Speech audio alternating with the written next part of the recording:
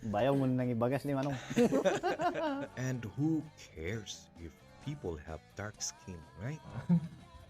Kaanakan iti with expiration. You find any inspiration in this? We have done, and you have done your noble part. El Maestro. Okay.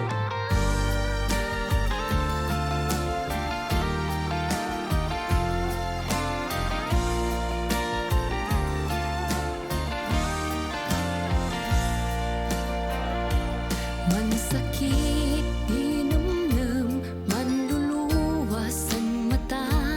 Problema'y pangaan, bayad sin inutang ta. Into'y pandis kitaran, si ipakan sin pamilya. Nudin nan rigatan ay Alright, welcome to another episode of El Maestro Speaks Podcast. The song you're listening is entitled Namnaman di Gardinero by Margaret P. Locano. tudipan pidi. Let's listen to it a little bit. Ugyat di man utang, may andunan listaan. Pati din supplier, at enggay man alangan. Tandin bayad iman yan magay, kaisi kuradwan. Kaibagas kasin ay man utang sin iba, asi ikararagan, en apo Diyos Ama. Tama baliwan din madamay, bulok ay sistema. Tapudnan, tapitian, mailapos ng inina.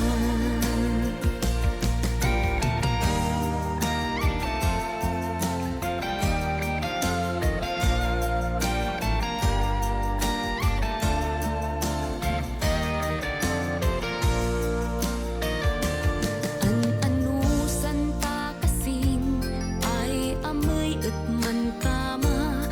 Tan-adi mabalin ay mamakaan sinamnama. Ipapati kasin ay amoy man ubla. Wada udi pamilya ay mangiduat si pamigsan. Ipapatilat ka, biag tapos ng batawa. Barang sin sumarunong, at way bumawian ta. Nandiangay ka siya di na ibatugan takuna. Dinmang pakan si kakabsat sinan, rabaw di daga. Of course, it's in Kankanai language. Sin ay man utang sin iba, asi ikaragan, en apo Diyos Ama. Tama baliwan din madamay, bulok ay sistema. Tapudnan, tapitian, mailapos ng inina.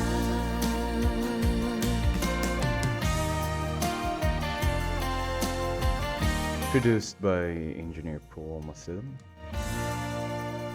Alright, so I just played that song. I just just remembered it when I was having this radio program with my one of my friend having a program in Radio RPN. They're having their program in what they call that one in Z Radio. That is a local radio station right now, and they can be found in Facebook page BMEP or BMEP, informations, local informations and entertainment. So what we are going to do today is I'll be a little bit of we'll be having a history lesson, which is what we've been doing for the past episode. And we'll be diving deep on the history, or it's like a hypothesis or theory on the ways of Igorot Nation. And when I say Igorot Nation, I think I'm the only one using this language, Igorot Nation. As we're will to be talking about the people of the mountains of the Cordillera, whether they are from Abra, of the Tingan tribe, whatever tribe we have in Abra and other provinces. I just called him in a group an Igorot of what do you call that? Igorot Nation.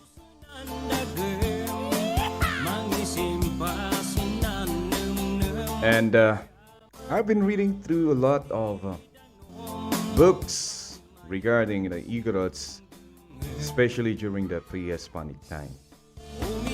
And one of the writings that I have been attracted to, and I think in most of my podcasts and in most of the conversation I'd be having, especially when we're talking about Igorot, is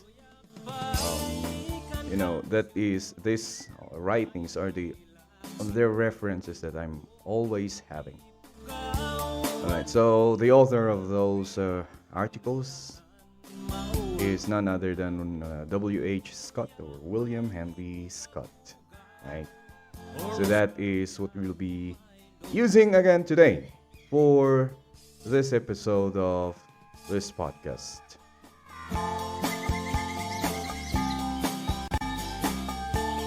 And like we always do in this podcast, if we don't have guests or we don't have someone to talk to, we do commentaries and histories. And in this episode, like I said a while back, we will be having the history of the Igorot Nation.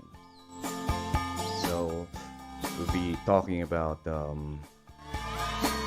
long time or the old ways, during the pre-hispanic time. Now, when we say pre-hispanic time, these are the times when we are not yet conquered, or there is not even a drop of the influence of Spanish in our country.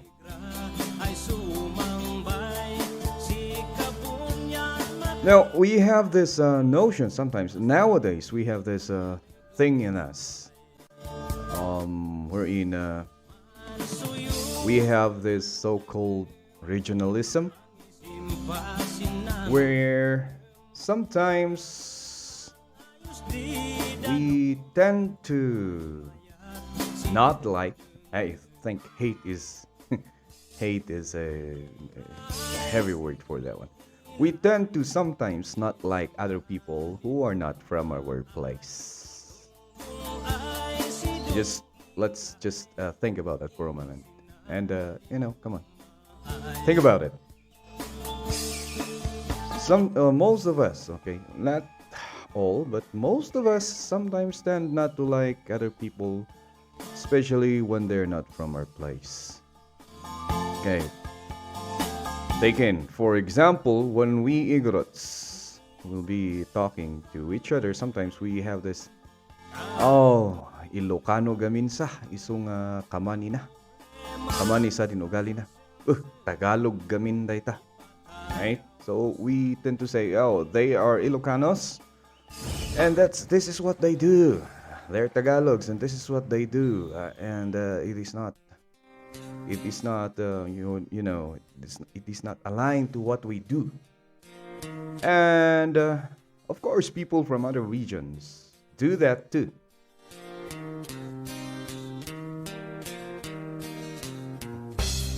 Say, for example, Tagalog would discriminate. Yeah, this is discrimination in some form, right? They will say, taga-bundok kasing mga yan. There are words uttered like that. Even with other, culture. Like, we say that they're different. And sometimes, we tend to respect them less. We don't look at them as less human, but then we have this feeling of they don't know what they're doing. We do things better, things like that, right? Now, if we are going to think about it, like just stop and think of where did this attitude come from? This regionalism thing. Where do you think that this come from? Well, I have this theory here. I'm going to post it here in this episode of this podcast, and I'm going to explain it to you, my view of how did this become, and I'm going to tell you the reason why this attitude was created. So our attitudes sometimes, like our attitude to certain things, a human's attitude or behavior to a certain thing, for the matter, is created due to experience, right? And once that was created, it is passed through generations, through teachings, right? And through collective behavior. If that's what the community is doing, then of course, little children will follow suit. Those little children will grow up inheriting that behavior to a certain thing, certain culture, certain people, person. And of course, they will pass it through their next generation. So that's how an attitude is created. And then sooner or later, it will become a part of the culture. I am not a sociologist. What is the term, by the way, for someone who studies culture? Anthropologist? All right. So, like I said before, I'm not an expert here. I'm just talking out of my ass. I'm just sharing to you my views, right? All right. Now,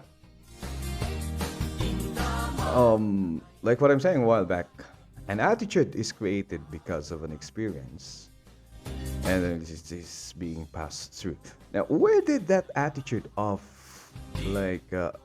separating ourselves to another region, another group came from in terms of culture in the Philippines? So I would say that originated during the Spanish conquest or Spanish regime here in our country, right? So most especially in the part of the Igorots, wherein they are, to some writings, they are barbaric, they are, what do you call this one? They are looked down because they're like a warlike tribe, they do not like peace, things like that. They're not peace-loving people. That's the view of people for Igorot. Now, how did that originate? So, we can say that originated during the time that the Spanish are trying to conquer the Igorot nations, and they can never conquer it. Now, there are some historians who will say that Spanish conquistadores or the Spanish government never had any interest in conquering the mountains of the Cordillera or the Igorot nations. And according to the articles written by William Henry Scott, that is totally not true. There are accounts, a lot of accounts, of Spanish trying to conquer the Cordillera Mountains because they know that the mountain is abundant of gold. There are a lot of gold in that mountain. And they even call the Igorots the owner of the golds in that mountain, right? So,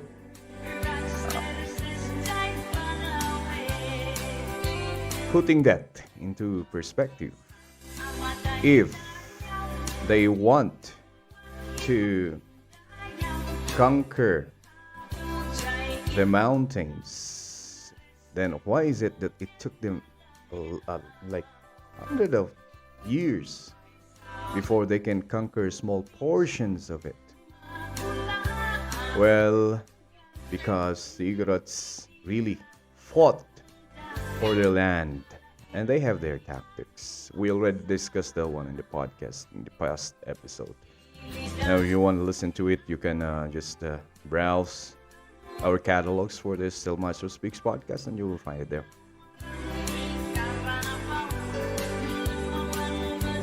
Now, of course, in the process of trying to conquer our nation, they have this way of separating people. So they came in the Philippines, they already know that there are some established society here, right? Now, the technique they used is very, very effective. It's like it's some sort of what we're calling here the divide and conquer style. Wherein all those people who they subjugated are placed in a community. I'm not sure what they call it community. I think it's pueblo, if I'm not mistaken. Again, not an expert historian, but this pueblo is a community where they place all this. Let's just say there's a community where they placed all those Filipinos, early Filipinos, pre-hispanic Filipinos who are baptized to Christianity. They place it in the community, and of course that community is being ruled or guided by them, right? Now, of course, if you are in that community, you have to forget all the ways of life that you have learned and adopt this new or Christian way of life. And then added to that is, of course, you hating your neighbor. Yeah, that's right, your neighbor. So say, for example, if there are two Filipinos, one decided to be baptized into Christianity and the other one did not, then of course this person baptized into Christianity is moved to that community, the Spanish community, for those baptized Filipinos, and you are separated to your neighbor. As time goes by, you adopt the ways of the Spanish or the Christians, then you will start hating on your neighbor, who now, from that time on, you will view as a pagan, as a person not what do you call that?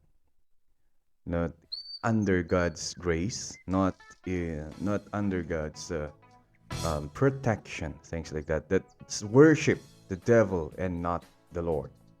So starting from that, of course, you will be teaching that to your children.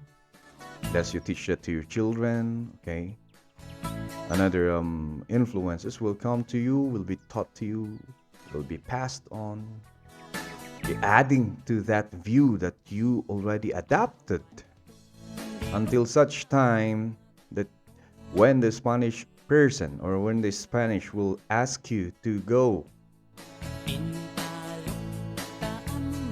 and conquer your those pagans, try to baptize them, or if they cannot be baptized, okay, try to kill them in the name of the Lord. And of course you'd be doing that. That's where animosity started. Now you might be asking, do I have like an evidence to support this?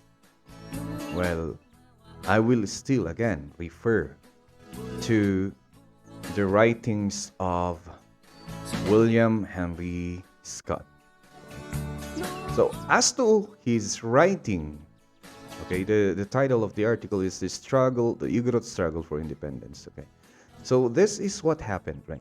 So separated Filipinos were now viewed as pagan. Those who are staying in that community of the pueblos are now the Christianized Filipinos. adapting the ways of the Spanish. That is why we have the Intramuros in Metro Manila or in Manila. That Intramuros is it's a walled city where the Christianized Filipinos are residing. Right? And the wall, of course, you know the purpose of the wall. It is against barbaric attack. Now, there are a lot of in the readings that I made, there are a lot of Filipinos who did not subjugate or he did not undergo or did not convert themselves into Christianity. Now, what did they do? Some of them, they stayed in their place, and after such time, 100 years, they were Christianized. And those who were firm of their belief and did not accept the teachings of Christianity moved to the mountains. Again, say for example, people from Manila or people from the lowlands who did not want to be converted as Christian, what did they do? Okay, of course, because there's an animosity already between them and their Christian neighbors. What did they do? They went up to the mountains. So, one of the mountainous areas here in the Philippines is, of course, the Cordilleras. Okay. And others, they moved down, and where's that? Of course, in the islands of Mindanao. Okay. If we are going to trace back the history of religion in the country, the first religion that came to the Philippines is Islam. Right? Okay. Now I have the national history books can back me up on this one. The first religion that came to the Philippines is Islam. And that is why when Muslim or our Muslim brothers will try to convert you of their religion, they will say nagbabalik Islam, or you are returning to the faith, because as to history, that's the original faith. Right? Right. So, again, let's put into perspective. Okay, Christianized Filipino moved to the community of the Spanish, or the community that created by Spanish. And this Filipinos who did not want to be Christianized moved to the mountains. So, okay, now these are the writings. So there might be a possibility that Igorots in the mountains, some of them are originally from another place or other places. Say for example Manila. Say for example Ilocos or Pangasinan. Those other areas. There's a big possibility that that is the case. Now I'm inferring here. I mean, trying to. Is it inferring? Is that the right word? I'm inferring here that that is the possibility that happened during the olden times. Let me have my coffee here first. All right. So the songs that we're playing in the background are Igorot compositions. Some of them adapted. By that, when I say adapted, these are the sounds, or I mean the tunes or melodies are mostly from country music, and then they are translated into the local languages in the Igorot nation. Some of them have regional melody. I would say the Suyusoy Didagum is an original composition by Aladdin Bagayan. If you're listening right now, okay, and you want to follow Aladdin Bagayan, you can just look at the Aladdin page. Right now. Okay, now going back. So, that is one possibility, right? So, if you want to trace the roots of the Igorots, I don't think that Igorots, the people here, are really here from the olden times after the migration. No, maybe some of them are from other places during the time that the Spanish are trying to Christianize the entire country. Okay.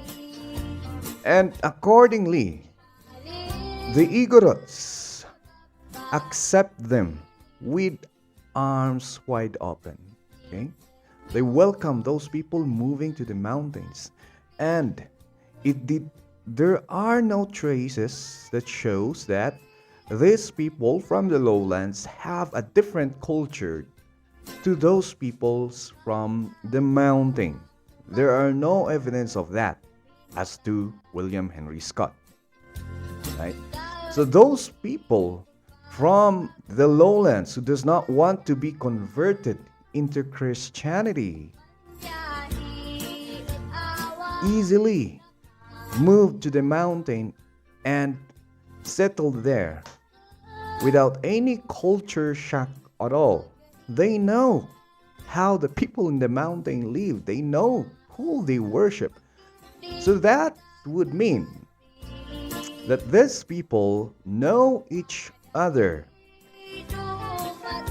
And maybe they are friends with each other. Right? Okay. That is also, according to William Henry Scott's writing, that is also his belief.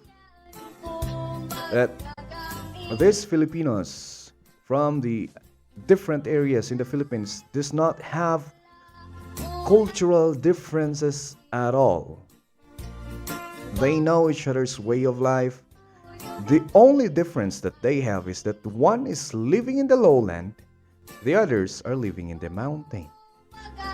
That is the theory that is being proposed by Henry Scott, and I tend to move and believe to this theory here, based on the readings, of course, of the accounts. Because as to him, okay, I was trying to, looking at this article, I would like to read it to you, but I think I would bore you to death if I'm going to read this very long thing here. According to his writing, there are no evidences that shows that the first generation, of course, from the first generations of the Spanish that came here in the Philippines, there are no evidence or writings that tells us that the people from the Igorot nation and the people from the lowlands are at war. There is no evidence to support that. Right? Okay. So,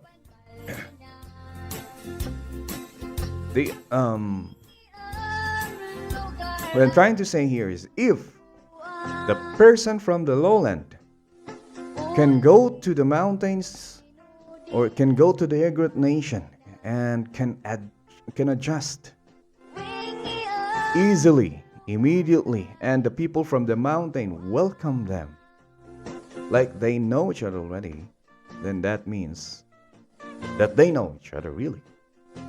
They understand each other and they have the same language, as supported by the writings here. There are some languages from the Igorots. Okay, I was looking at that. I was trying to look for that language. Where is that? There are some language from the Igorot language that is similar to the old Tagalog, of course, the Tagalog language. The headhunting cultures of the Igorot. It is not just for the Igorot. Headhunting is not just a culture exclusive from or to the Igorots. Right?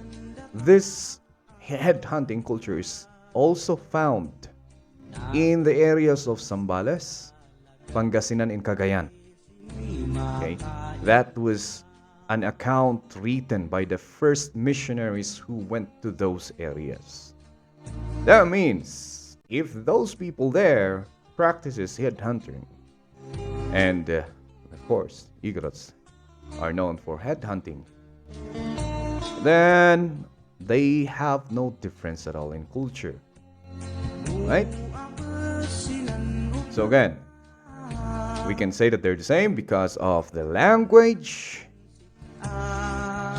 the way of their life, and the fact that when the person from the lowland went up the mountain, he was welcomed like a brother. Okay, the word is mangayaw. Okay, is found as far away from dialects of Mindanao and was recorded by the first generation Spanish conquistadores in Visayas. Okay, that is an evidence that will support that, all these people staying here in the archipelago share the same language and share the same culture. If they share the same language, they share the same culture.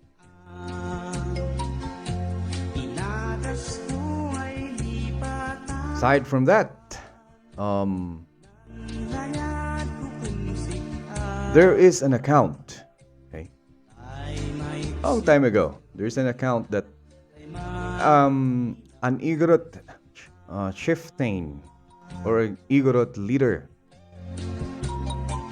often visit the cousin of the Dato Raha in Manila.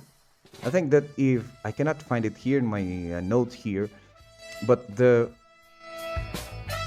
cousin of Raha Humabon, if I'm not mistaken, is often visited by a leader or a chieftain from the Igorot country, right? And sometimes that Igorot person, the Igorot chieftain, would spend weeks in the house of the Raha's cousin.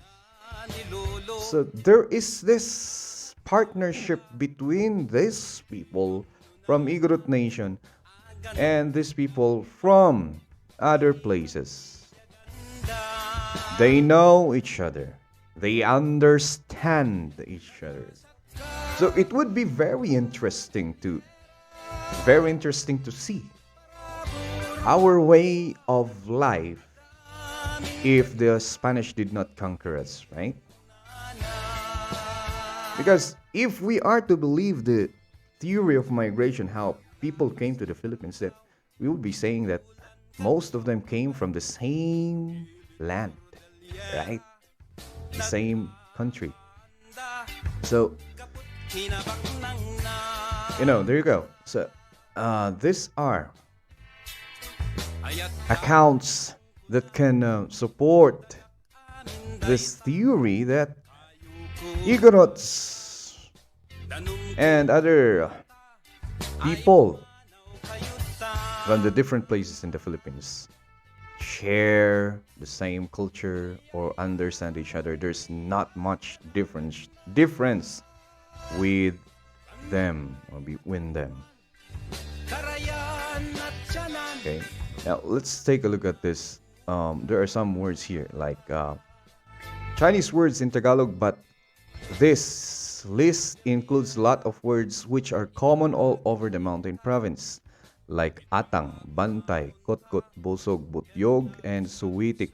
Moreover, recent studies of vocabularies from languages and dialects all over the archipelago by Yale linguists indicates that Tagalog and Bontoc, for instance, have more basic words in common than either of them does with any language outside Philippines like Borneo. For instance, it is hard to explain this similarity if the Tagalogs came to the Philippines in a separate wave of migration after Bontocs are already settled in the mountains of the Grand Cordillera Central.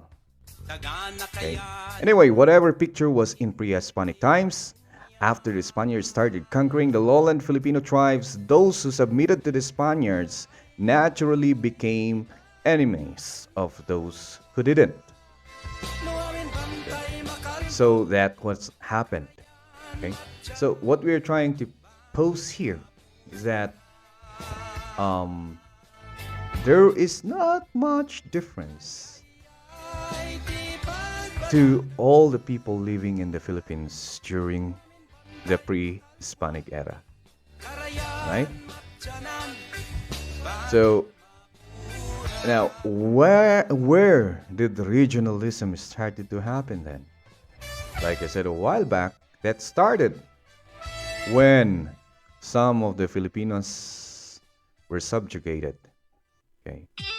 And others did not, declined the offer of Christianity. Right? And they declined it in a way that is to the view of the Spanish barbaric. Right? Now, we will be going back again to the topic of how is it that the Igorots were unconquered for almost 300 years. Okay?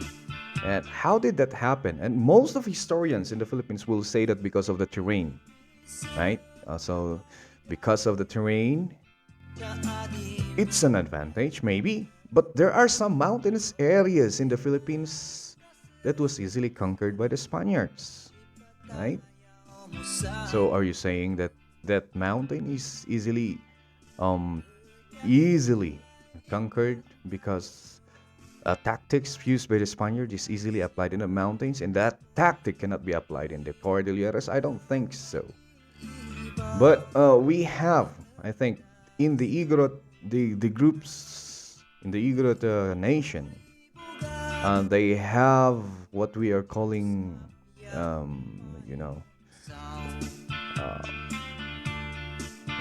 they have what we're calling the dedication to their culture. Not that I'm not saying that others are not dedicated to it, but then maybe it's ingrained in the culture that those who try to subjugate them are trying to kill them, trying to resist them, right? And there are a lot of strategies employed.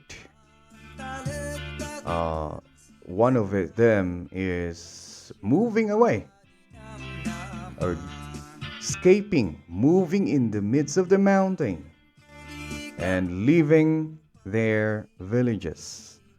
I discussed in the I made a video of this before, that if we are going to look at the house of the Igorots now, the old pictures of the house of the where we believe Igorots are we believe the Igorots used during the olden times, is that it's an ipa hut. It's a very small one. It's just like it's enough for 2-3 people to stay inside. Okay, it's rushly done, but there are some accounts by Spanish themselves that tells us that Igorot houses can accommodate 30 families. Just imagine that. Just imagine how big and wide that house is.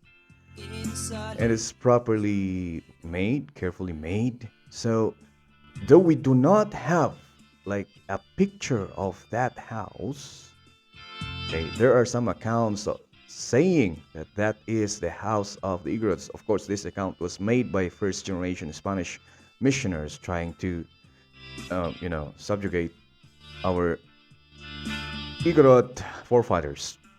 They have accounts of house made of stone, and they have a village, they have a main street, and they have a plaza. That is all written in some accounts made by Spaniards. Now, of course, the Spanish war with the Igorots have affected the culture of Igorots greatly. That if you're going to look at the house of Igorots in the olden days now, of course, they are small. One of the reasons might be is that they know that if enemies will come, they can just easily burn their small house and move to a different place. Okay. And again, that experience built an attitude. That attitude is now ingrained in the culture, and it became the culture that was recorded by anthropologists that visited the country after the Spanish subjugation or a Spanish regime in our country. So, it would be nice to look at these days, all those olden days, and say, oh, so Igorots and people from other places share the same culture before the Spanish came. And it would be nice to say that, oh, how nice would it be if we can bring that back, right? How nice would it be if we can just bury our differences, our differences from our culture that was brought about by the experiences that we had through history, and say that regardless of who you are, regardless of how you view things, regardless of how you do your living, we are Filipino. How nice if we can say that, right? In these days, in these modern days. Instead of saying that, oh, Ilocano gaminday ta. Instead of saying, Igorot kasi yan eh. Mga barbaric yung mga yan. Instead of saying those, how about we say, oh, during the olden days when the Spanish were not yet here, we share different cultures. We help each other. History or accounts in the history tell us is that Igorot will get the gold, bring it to Pangasinan. Pangasinan person will mold it and then will sell it to the Chinese. Okay? Igorots will go to places and get asin or salt. And in turn, they will exchange products from other people in different places. Okay? And how nice if we can bring that attitude of like partnership within within our country. Okay? And we stop looking at other region as lower, backward, as people who are not yet developed. Well, we stop doing that one. Okay? We should remember. Okay? If there are times that we would like to say things like that because we are human, we commit mistakes, At times, that attitude of regionalism is ingrained in us already, and at times we would be, out of frustrations, we'd be saying things against our brothers and sisters from another region. But before we do that, we should always remember that in the olden days, the Igorots and other tribes in the different parts of our country know each other and share this same culture and language. So that is it for this episode of this podcast. And of course, if you like this podcast, then you can support us and share it to your friend. Okay, and we can be found in different podcast provider or apps. We are in Google Podcast, we are in YouTube, we are in Spotify, Radio Podcast, Apple Podcast, and Google Podcast. You can find us anywhere. Maestro Speaks Podcast. Okay. And of course, this podcast is brought to you by Sponsor Time. So this podcast is brought to you by Dems Auto Performance. Dems Auto Performance Shop offers automotive servicing. Nag-verify sila ng kahit anong klase ng sasakyan. Wallang Aeroplano, located at Alapang, Trinidad, Benguet. Of course, they also offer off-road servicing. Sa mga naglalaro ng off-road, gusto mong pa-convert ang sasakyan sa off-road, you can visit Dems Auto Performance at Alapang, Trinidad, Benguet. Or you can also visit their Facebook page, Dems Auto Performance. All right. So again, like I said, if you want this podcast, then you can share it to our friends out there. So thank you so much for listening. And this is El Maestro saying, let's remember, under the moon, there is one family. And that's humanity. Good luck, God bless, and take care, everyone.